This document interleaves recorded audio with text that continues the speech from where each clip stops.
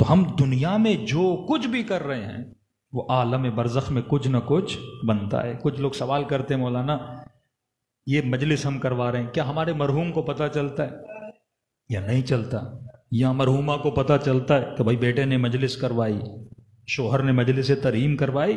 تو اس میں بھی مراتب ہیں۔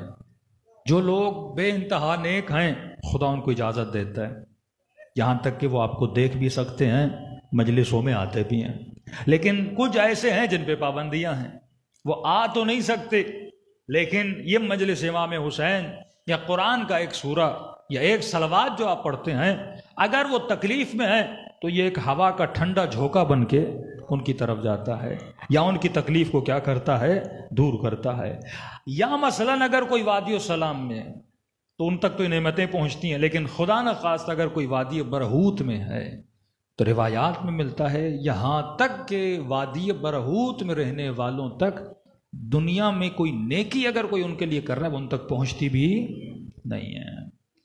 الحمدللہ اہل بیت کے چاہنے والے اس وادی سے تو انشاءاللہ کبھی نہیں گزریں گے، لیکن اگر کوئی جاتا بھی ہے تو معصوم فرماتے ہیں ان تک صرف بری خبریں پہنچائی جاتی ہیں۔ یہ قرآن میں ہے نا حمیم، یہ غذا قیامت کے بعد والی غذا نہیں ہے، یہ عالم برزخ میں رہنے والوں کی غذا ہے۔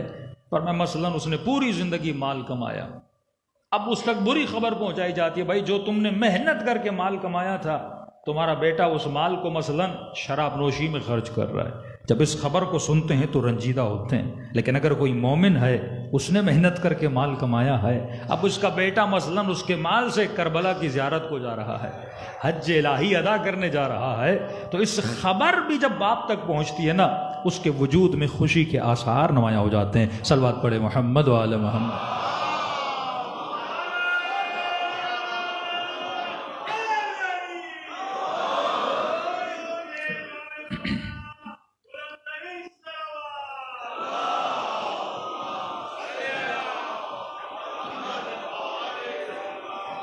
ایک سوال کسی مومنہ نے کیا کہ مثلاً جو بچہ 7 یا 8 سال کا ہے تو بڑی پریشان تھی اپنے بچے کے لیے کہ مولانا میرا بچہ کہاں ہوگا، کس عالم میں ہوگا؟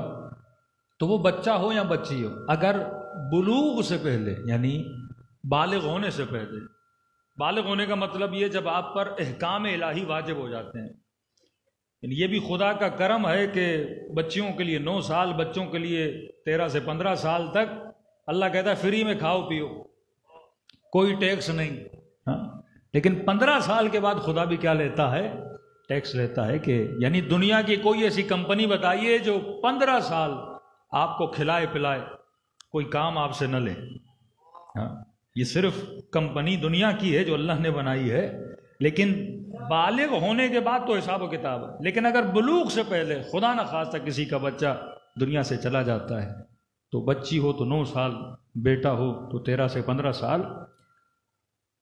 فرماتے ہیں کہ عالم برزخ میں اس 2 روایات ہیں، اس بچے یہ ایک تربیت کے اندر جا کے زندگی بسر کرتا ہے، یا اس بچے کی تربیت جناب سیدہ کرتی ہیں، یا اس بچے کی تربیت حضرت ابراہیم اور جناب سارہ یہ اس بچے کی تربیت کرتے ہیں، مطلب اسے تکامل تک پہنچاتے ہیں، انسان کامل بناتے ہیں، اس کی ایسی تربیت کرتے ہیں۔ اور قیامت کے بعد اچھا یہ وہ بچہ جو با ایمان والدین کا بچہ ہو، یہ نہیں کہ کرسچن کا بچہ، یہ نہیں کہ کسی ہندو کا بچہ، ہمارے روایات میں یعنی ایک مومن اور مومنہ کے بچے کی بات ہو رہی ہے، اور بلا استثناء جب قیامت ہوگی یہ بچہ کہاں چلا جائے گا؟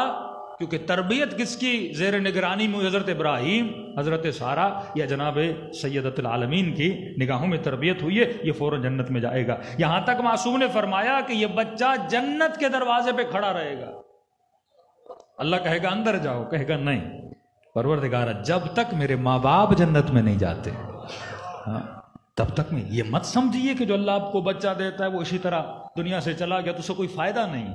اہل بیت کا چاہنے والا، علی ابن ابی طالب کی ولایت کا ماننے والا، اس کے گھر میں اگر بچہ بھی پیدا ہوتا ہے اور دنیا سے چلا بھی جائے یہ ماں باپ کے لیے جنت کی شفاعت کا باعث ہوتا ہے۔ اب تصور کریں نابالغ بچہ جنت نہیں جاتا جب تک آپ کی شفاعت نہ کرے، اور اگر بچہ بالغ ہو جائے اور اس کی صحیح تربیت کریں تو اس بچے کا مقام کتنا بلند ہوگا.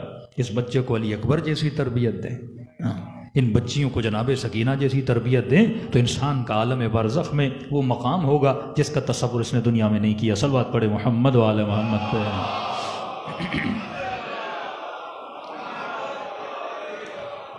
وَأَجِّلْ فَرَجَهُمْ. کئی ایسے واقعات ہیں عالم برزخ کے حوالے سے، میں نے کسی اور مجلس میں بھی ذکر کیا کہ اکثر جو ہمارا تصورات ہیں جو بچپن سے ہم سنتے آئے ہیں لیکن ان پہ کبھی ہم نے غور و فکر نہیں کیے. میں نے اکثر مومنوں اور مومنات کو دیکھا ہے، سب سے زیادہ جو موت کا ہمیں خوف ہوتا ہے وہ کس چیز کا ہوتا ہے؟ سب سے زیادہ خوف ہر انسان موت سے ڈرتا ہے، لیکن موت سے ڈرتا کیوں ہے؟ جبکہ معصوم فرماتے ہیں مومن کے لیے موت علی کی زیارت ہے.